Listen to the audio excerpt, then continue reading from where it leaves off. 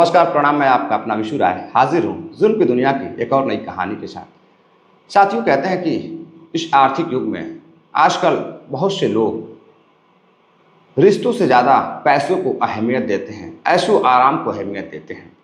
लेकिन आज की जो कहानी है, एक ऐसी कहानी है जिसको हर किसी को सुनना चाहिए और उससे सबक लेनी चाहिए।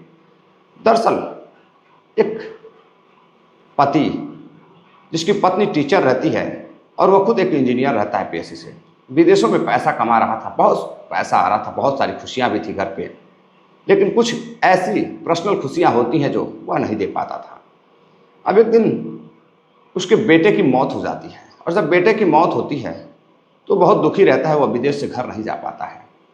अब बेटे के गम में वह पागल होने लगता है। कुछ महीनों बाद जब उसे छुट्टी मिलती है, वो घर आता है। तो घर आने के बाद कुछ दिनों तक वह गुमसुम रहता है, लेकिन एक दिन उसके हाथों एक ऐसी चीज़ लगती है जिसको वह देखता है तो वह सन्न रह जाता है। उसे यकीन नहीं हो रहा था। अब वह पुलिस के पास जाता है, पुलिस को सारी हकीकत बताता है तो पुलिस एक ऐसा खुलासा करती है जिसको सुनने के बाद साथियों रूह कांप जाती है, पैरों तले जमीन खिसक जाती है।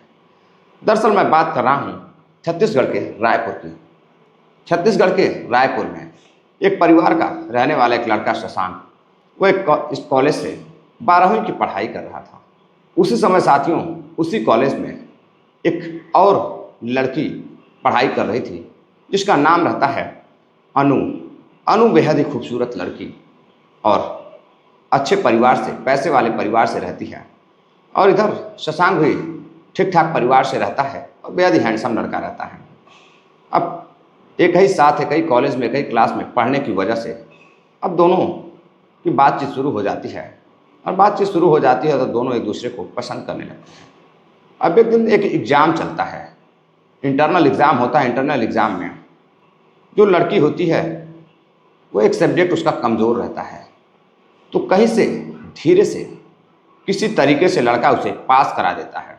और जब उसका रिजल्ट आता है लड़की का, अनु का, तो अनु बेहद खुश होती है। अब अनु उस लड़के को मन ही मन में पसंद करने लगती है और शशांक से बातें करने लगती है। अब आए दिन व्हाट्सएप पर मैसेज, फेसबुक वगैरह सोशल मीडिया के माध्यम से उससे बातें करने लगती है। और जब क्लास में मिलते थे तो बातें कम होती थी और घर पर फ़ोन पर मैसेज के जरिए दोनों चैट करते थे। लेकिन दोनों एक दूसरे से अपना प्रेम का इजहार करने के लिए शर्माते थे। न शशांक लड़की को इजहार कर पाता था लड़की से, ना ही लड़की लड़के को कुछ कह पाती थी। दोनों एक दूसरे से सामने मिलते और मुस्कुरा कर चले जाते हैं। अब एक दिन लड़की शशांक के मोबाइल पर मैसेज करती है कि क्या तुम में दम नहीं है, तुम ऐसे बातें करते हो, मुझे पता है कि तुम मुझे प्यार करते हो, क्या सामने तुम मुझे हाँ कर सकते हो। लड़का कहता है शशांक, मैं सोच रहा हूँ पहले तुम प्रपोज करो तभी मैं हाँ करूँगा, वरना मुझे कोई ज़रूरत नहीं है। लड़की कहती है ठीक है, मैं देखती हूँ कि तुम कब तक मुझे प्रपोज नहीं करते हो। अब लड़की इंतज़ार करने लगती है। तभी लड़का शशांक कॉलेज की एक और लड़की से बातचीत करने लगता है। अब इधर अनु उस लड़के को, अपने प्रेमी को दूसरे लड़की के साथ बातचीत करते हुए बर्दाश्त नहीं कर पाती है। अब वहाँ वह पहुँचती है और उस लड़की से कहती है कि देखो, तुम शशांक से दूर रहो, शशांक से मैं बेहद प्यार करती हूँ और शशांक भी मुझसे प्यार करता है। अब लड़की हंसने लगती है, कहती है कि मैं तो बस बातें कर रही थी और ये कब हुआ दोनों के बीच पता ही नहीं चला। कॉलेज में तो कोई नहीं जानता है कि तुम एक दूसरे से प्यार करते हो। अब लड़की की बातों को सुनकर शशांक हंसने लगता है और शशांक कहता है कि हाँ, हम दोनों एक दूसरे को बेहद प्यार करते हैं और एक दूसरे से शादी भी करेंगे। अब उस दिन से दोनों एक दूसरे के लिए जीने मरने लगते हैं और दोनों फ़ोन पर भी घंटों घंटों बातें करने लगते हैं। अब एक दिन शशांक को मन करता है अपनी प्रेमिका को कहीं लेकर बाहर जाने के लिए। अब वो अनु को फ़ोन कर बुलाता है और अपनी प्रेमिका को लेकर एक रेस्टोरेंट में जाता है। वहाँ बैठकर दोनों बातें करते, प्यार भरी बातें करते हैं। अब धीरे धीरे दोनों कई बार परिवार वालों को चोरी छुपे मिलते भी रहते हैं। समय बीतता गया। इधर 12वीं के बाद शशांक अपनी तैयारी करने लगता है इंजीनियरिंग की, और उधर लड़की शिक्षक बनना चाहती थी। अब वो टीचर लाइन पकड़ लेती है और अपना शिक्षा विभाग की जो है टीचर बनने की तैयारी करने लगती, प्रिपरेशन करने लगती है। अब इधर लड़का इंजीनियरिंग जब कंप्लीट हो जाती है उसका, तो कई सालों तक दोनों एक दूसरे से मिलते जुलते रहते, बातें करते हैं। इंजीनियरिंग कंप्लीट होने के बाद अब जो लड़का शशांक रहता है वह दिल्ली में कुछ दिनों तक एक कंपनी के थ्रू, प्राइवेट कंपनी के थ्रू काम करता है और उधर लड़की एक निजी स्कूल में पढ़ाने लगती है। लेकिन कुछ ही दिनों बाद अब लड़की जो रहती है वह शशांक से मिलने के लिए कहती है। शशांक कहता है कि ठीक है, मैं रायपुर आ रहा हूँ और बहुत जल्द तुमसे मिलूंगा। अब वो कंपनी से छुट्टी लेकर घर आता है और आने के बाद एक होटल में अनु को बुलाता है और अनु के साथ दिन भर होटल में व्यतीत करता है, होटल में बातें करता, उसके साथ समय व्यतीत करता। तभी अनु कहती है कि देखो, अब आपकी जुदाई बर्दाश्त नहीं होती है। शशांक एक काम करो कि अपने परिवार वालों से बात करो, मैं भी अपने परिवार वालों से बात करती हूँ और दोनों शादी कर लेते हैं। अब लड़का अपने घर बात करता है कि मैं एक लड़की से प्यार करता हूँ, मैं शादी करना चाहता हूँ। तभी जो लड़के शशांक के पिता रहते हैं वो कहते हैं कि देखो, लड़की अपनी बिरादरी की होनी चाहिए। अब बात जात बिरादरी की आ जाती है।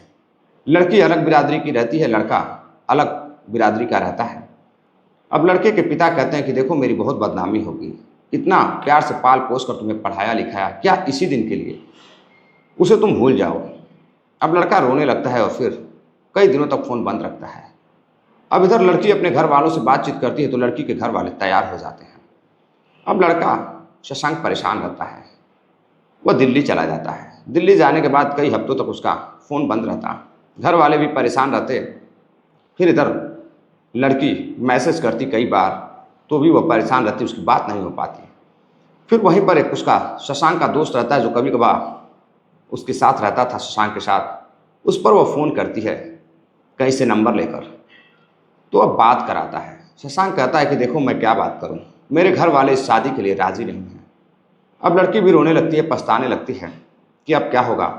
अब प्रेम का जो सुरूर था, प्यार का जो नशा था, वह अब परवान चढ़ने लगा था। अब दोनों एक दूसरे के होना चाहते थे। अब लड़की अपनी प्रेम कहानी को फिर से दोहराती है, उसे सारी चीज़ें याद दिलाती है। अब लड़की अनु जो कहती है कि मैं तुम्हारे बगैर जिंदा नहीं रह पाऊंगी, अगर तुमने मुझसे शादी नहीं की तो मैं अपनी जान दे दूंगी। अब इधर शशांक को कुछ समझ में नहीं आता, अपने दोस्त से बातचीत करता है तो उसका दोस्त कहता है कि देखो, यह तुम्हारी ज़िंदगी है, अगर तुम खुश रहना चाहते हो, वो लड़की तुम्हें बहुत प्यार करती है, एक काम करो कि तुम उससे शादी कर लो। अब लड़की अपने परिवार वालों के साथ मिलकर दिल्ली जाती है और दिल्ली में ही लड़का शादी कर लेता है। अब एक होटल में धूमधाम से दोनों शादी करते हैं, लेकिन लड़के का परिवार कहीं नज़र नहीं आता है। जो लड़की का परिवार रहता है और लड़के के जो दोस्त रहते हैं वही बाराती और घराती बनते हैं और शादी हो जाती है। अब इधर लड़की अपना छत्तीसगढ़ में ही एक प्राइवेट संस्थान में पढ़ाती थी, तो शादी के बाद कुछ दिन दिल्ली रहती है, फिर वह रायपुर रहने लगती है। कुछ दिनों बाद, कुछ महीनों बाद अब उसे एक लड़का होता है। जब लड़का होता है तो दोनों की खुशियाँ और भी बढ़ जाती हैं, दोनों काफ़ी खुश रहते हैं। अब एक दिन लड़का शशांक अपने पत्नी को लेकर, अपने बेटे को लेकर इस सोच से घर जाता है कि शायद उसके घर वाले अब अपना लें, पोते की चाह में अपना लें। लेकिन उसके माँ बाप उसे देखते ही घर से बाहर जाने के लिए कहते हैं। शशांक की माँ बेहद खुश होती है कि उसका पोता उसके घर आया है। वह बच्चे को खिलाना ही चाहती थी कि उसका पिता कहता है कि दूर हट जाओ, तुम्हें ऐसे बेटे की क्या ज़रूरत है जो हम दोनों की बदनामी कराता फिरता हो समाज में, मेरी पूरी नाक कटा के रख दिया है, अब मैं इसको नहीं अपना सकता। अब इधर शशांक अपने परिवार के साथ फिर से वापस रायपुर जाता है और रायपुर जाकर अब वहाँ एक कमरा लेता है और वहीं पर अपनी पत्नी के साथ रहता है। अब वह कुछ दिनों के लिए नौकरी को छोड़ देता है। डिप्रेशन में रहने के बाद वह सोचता है कि अब वह क्या करे। उसे लगता था कि शादी के बाद शायद घर वाले मान जाएंगे, अब घर वाले मानने को तैयार नहीं होते हैं। अब इधर तभी बच्चा धीरे धीरे बड़ा होने लगता है और जो शशांक रहता है वह नौकरी को छोड़ देता है। अब वह छत्तीसगढ़ में अपनी प्रेमिका के साथ, अपनी पत्नी के साथ रहने लगता है। पत्नी 12-15 हज़ार रुपये की, 20 हज़ार रुपये की नौकरी करती थी। अब इधर पत्नी कहती है कि देखो, अब बेटा बड़ा हो रहा है, एक काम करो, फिर से कोई कंपनी तुम ज्वाइन कर लो और बेटे को अच्छे से पढ़ाया लिखाया जाए। अब बेटे के लिए दोनों के दिमाग में तरह तरह के सपने आते हैं। पिता ऑफिसर बनाना चाहता था तो पत्नी उसे डॉक्टर बनाना चाहती थी। अब एक कंपनी फिर से वह दिल्ली में ज्वाइन करता है, कुछ दिनों तक वहाँ काम करता है और फिर कंपनी के काम से अब वह फॉरेन चला जाता है। अब वह फ़ौरन जाने के बाद वहीं शिफ्ट हो जाता है और करीब धीरे धीरे कई महीने हो जाते हैं। अब इसी दौरान जो उसकी पत्नी रहती है वह छत्तीसगढ़ में अपने बेटे को पालती पोसती है और एक अच्छे स्कूल में पढ़ाने लगती है। लेकिन उसी छत्तीसगढ़ का रहने वाला, रायपुर का रहने वाला एक उसका दोस्त रहता है, विनोद। विनोद उसका काफ़ी अच्छा दोस्त रहता है। अब एक दिन उसके बेटे की तबीयत काफ़ी ख़राब होती है, तो उसकी पत्नी से थोड़ी बहुत जान पहचान विनोद की रहती है। कई बार वह शशांक के साथ आया गया रहता है। अब वह विनोद को फ़ोन करता है और कहता है कि देखो, मेरी बेटे की तबीयत थोड़ी ख़राब है, पत्नी के साथ चले जाओ और उसे अच्छे हॉस्पिटल में उसका इलाज कराओ। अब विनोद जाता है उसके घर और जाने के बाद उसकी पत्नी से बातचीत करता है और बेटे को ले जाकर एक अच्छे हॉस्पिटल में इलाज कराता है, इलाज करके घर लाता है। अब बैठकर पत्नी उससे बातें करती है और कहती है, अध्यापिका पत्नी, कि एक काम करिए, आप बैठिए, मैं चाय लेकर आती हूँ। अब चाय लेकर आती है, चाय पीते हैं, दोनों बातचीत करते हैं। बातचीत में दोनों की दोस्ती काफ़ी गहरी हो जाती है। अब विनोद कहता है कि देखिए, जब भी ज़रूरत होगी तो मुझे आप याद किया करिएगा। अब जो पत्नी रहती है, अध्यापिका पत्नी अनु, उसे भैया कहती थी, लड़के के सामने और हर जगह कहती थी, ठीक है भैया, मैं आपको ज़रूर फ़ोन करूँगी। अब धीरे धीरे बात बढ़ती गई। मकान मालिक को भी लगता था कि अक्सर यह व्यक्ति आता जाता है, तो भैया कहती है तो उसका भाई होगा। अब एक दिन मकान मालिक उससे कहता है कि देखो, इसका रोज़ आना जाना मुझे अच्छा नहीं लगता है, आखिर यह है कौन, कौन सा भाई है। तो अब अनु कहती है कि देखिए, यह मेरा भाई है और यह मेरे घर आता जाता है, तो आपको क्या समस्या है? अगर आपको कोई समस्या हो तो आप बता दो, मैं रूम अपना कमरा खाली कर दूँगी। मकान मालिक कमरा खाली करने के लिए कह देता है और वो अपने पति शशांक से बात करती है। शशांक से बात करने के बाद अब एक जगह एक फ्लैट लेती है, 2 BHK। 2 BHK लेने के बाद अब वहाँ पर आराम से विनोद ले जाकर उसकी पत्नी को शिफ्ट करा देता है। और इधर जो भाई बहन का रिश्ता पनप रहा था विनोद और अनु के बीच, अब धीरे धीरे दोस्ती में पनप जाता है और दोनों एक दूसरे से अब बातचीत करने लगते हैं। अब दोस्ती इतनी गहरी हो जाती है कि उधर 1 साल से अधिक शशांक को गए हो जाते हैं। इतनी गहरी हो जाती है कि वो अक्सर कमरे पर आकर ठहरता, बातचीत करता। अब एक रात उसका बेटा सो रहा था, तो जब उसका बेटा सो रहा था तो वह उस विनोद को फ़ोन करती है। सोशल मीडिया से बातचीत कर रही थी, फ़ोन करती और कहती है, काम करो, मेरे कमरे पे आ जाओ, तुम्हारी ज़रूरत है। अब इधर विनोद उसके कमरे पर रात 11 बजे के आसपास पहुंचता है और जाकर उसके साथ पूरी रात गुजारता है। सुबह बेटे की आँख खुलती है तो वह देखता है कि उसके अंकल आए हुए हैं। अब वो हैरान रहता है, 15 साल का लड़का, कि जब मैं सोने गया तो कोई नहीं था, ये रात में कहाँ से आ गए। वो शक की नीयत से देखने लगता है। अब उसके विनोद चाचा जब चले जाते हैं, अंकल चले जाते हैं, तो अब बैठकर अपनी माँ का फ़ोन चलाने लगता है। फ़ोन चलाता है तो उसमें देखता है कि कई मैसेज ऐसे पड़े हुए थे, तो वह शक करने लगता है कि माँ उसे भाई कहती है, भैया कहती है, लेकिन यह मैसेज तो कुछ और तरीके का है। अब 15 साल का लड़का काफ़ी समझदार था, अच्छे स्कूल में पढ़ रहा था। अब उन मैसेजों को वह अपने पर फॉरवर्ड करता है, स्क्रीनशॉट भी लेकर अपने फ़ोन में रख लेता है और फिर उसको डिलीट कर देता है। अब वहाँ से कहानी आगे बढ़ती है। अब अक्सर कर विनोद उसकी पत्नी, शशांक की पत्नी को लेकर अनु को घूमने के लिए जाता था और जब बेटा पूछता था माँ कहाँ गई थी, तो अनु बहाना करती थी और कहती थी कि बेटा कुछ काम से मैं गई थी अंकल के साथ। अब उधर उसके पति शशांक को लगता था कि विनोद उसकी पत्नी का मदद कर रहा है, बच्चों की देखरेख कर रहा है, दोनों भाई बहन हैं और भाई बहन में ऐसा क्या हो सकता है, ऐसा विश्वास का रिश्ता है कि कोई गलत सोच भी नहीं सकता है। लेकिन बेटा को शक हो चुका था। एक रात फिर जब वह उस कमरे पर आता है और उसकी माँ के साथ जब सोता है, तो बेटे की नींद खुलती है तो वह देखता है कि माँ उसके पास नहीं है।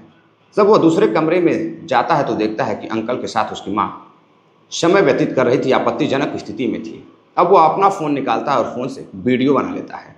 वीडियो बनाने के बाद अब वहाँ से वह चला जाता है। अगले दिन जब सुबह होती है तो वह माँ से पूछता है, माँ अंकल रात को क्या करने के लिए आते हैं? माँ कहती है कि अंकल को मैंने ही किसी काम से बुलाया था, रात ज़्यादा हो गई थी तो बेटा यहीं पर सो गए थे। अब इधर पति विदेश में रहता है शशांक और इधर बेटा यहाँ। अब बेटा लगभग सब कुछ जान चुका था। अब एक रात वह दोनों को रंगे हाथ पकड़ना चाहता था। अब उसे अच्छा नहीं लग रहा था। उधर कॉलोनियों में आसपास जो भी कमरे में लोग रहते वो तरह तरह की बातें करते। अब इससे बेटे को भी पता चल चुका था। एक बार खेलते समय एक लड़का उससे कहता है कि देखो, वो जो अंकल तुम्हारे घर आते हैं वो सही नहीं है, तुम्हारी मम्मी को लेकर इधर उधर घूमते हैं। हमारी मम्मी भी तुम्हारे मम्मी के बारे में तरह तरह की बातें कर रही हैं, कॉलोनी में तरह तरह की बातें हो रही हैं, ये ठीक नहीं है, उनको मना कर दो। अब लड़का पुनीत परेशान होता है। अब वो सब कुछ जान चुका था। जब उसके अंकल आते हैं, विनोद अंकल, और जब कमरे में उसके मम्मी के साथ जाते हैं, तभी कुछ देर बाद वह कमरे में जाता है, अपने माँ को अपने ही अंकल विनोद के साथ आपत्तिजनक स्थिति में देख लेता है और वो कहता है कि देखो, अगर तुम दोनों ने अंकल को अपने कहता है कि विनोद अंकल आज के बाद आप घर मत आना, नहीं तो मैं यह सारी हकीकत पापा को बता दूंगा। अब उसकी माँ मना करने लगती है, बेटे के हाथ को समझाने लगती है कि ऐसा कुछ नहीं है, और सब कुछ आंखों के सामने बेटे ने देखा था। बेटा कहता है कि आखिरी बार है माँ, मान जाओ, वरना मैं अपने पापा को बता दूंगा। अब इधर विनोद को मना कर देता है, विनोद घर पर आना जाना बंद कर देता है। लेकिन उसकी प्रेमिका अनु काफ़ी तड़फ में रहती है। अब वह बेटे के साथ एक रात सोती है, करीब 22 जुलाई 2022 की रात सोती है। अगले दिन सुबह वह रोने लगती है, चीखने लगती है, आसपास के लोग आते हैं तो वह बताती है कि उसके बेटे की मौत हो चुकी है। अचानक रात में काफ़ी तेज़ बुखार हुआ था और वह लेकर हॉस्पिटल जाने के लिए अभी उतर ही रही थी, लोगों को फ़ोन कर रही थी, तभी उसके बेटे की मौत हो गई। अब यह जानकारी वो अपने पति शशांक को देती है। शशांक कितनी दूर था कि वह आ भी नहीं सकता था। अब यूएसए से जो दूरी है भारत की काफ़ी है, अचानक छुट्टी मिलती नहीं। वह रोकर वीडियो कॉल पर अपने बेटे को देखता और वह अंदर ही अंदर घुटन उसे होने लगती, वो परेशान होने लगता है और डिप्रेशन में जाने लगता है। मात्र इकलौता बेटा उसका। अब इधर पत्नी, अब इस सभी लोग कॉलोनी में जान भी नहीं पाते, वो अपने बेटे को लेकर अपने प्रेमी विनोद को बुलाती है और उसके साथ ले जाकर उसका दाह संस्कार कर देती है। अब कुछ महीनों बाद जब उसका पति शशांक घर आता है तो उसकी अपने बेटे की फ़ोटो देखता है और देखकर रोने लगता है। तभी उसके कमरे में जाकर उसके चीज़ों को चेक करने लगता है, कभी उसकी बुक को देखता है, कभी उसके खिलौनों को देखता है, कभी किसी चीज़ को देखता है। तभी जब वह उसका बैग खोलता है, अलमारी खोलकर जब उसका बैग निकालता है तो बैग में एक फ़ोन रहता है। जब वो फ़ोन को चालू करता है तो उसमें कई चीज़ें, वो अपनी बेटे की फ़ोटोज़ वगैरह देखने लगता है। तभी अचानक से एक ऐसी वीडियो आती है जिसे वह देखता है तो बड़ा शन रह जाता है, हैरान रह जाता है। दरअसल उस वीडियो में कोई और नहीं बल्कि वही विनोद और उसकी पत्नी अश्लील हरकतें करते हुए उस लड़के ने, पुनीत ने वीडियो बनाई थी, वही था। अब उसको देखने के बाद वो अपनी पत्नी से पूछता है कि आजकल विनोद कहाँ रहता है। पत्नी बताती है कि विनोद तो अपने कमरे पर रहता है, आजकल किसी काम में बिजी होगा इसलिए नहीं आ रहा है। जब से पति आया था तब से वह कमरे पर नहीं आता था। अब इधर पत्नी डरी डरी सी, सहमी सहमी सी रहती है। अब पति पूछता है शशांक कि आखिर उसकी मौत कैसे हुई थी, सच सच बताओ। तो पत्नी कहती है उसको फीवर हुआ था और अचानक तेज फीवर से उसकी मौत हो गई थी। अब पत्नी खोलती नहीं है, झूठ बोलती है। अब इसके बाद वह फ़ौरन ही पहुंचता है पुलिस स्टेशन। पुलिस स्टेशन जाने के बाद सारी हकीकत पुलिस को बताता है और जो स्क्रीनशॉट मैसेज रहते हैं उसके प्रेमी के, वो सब बताता है।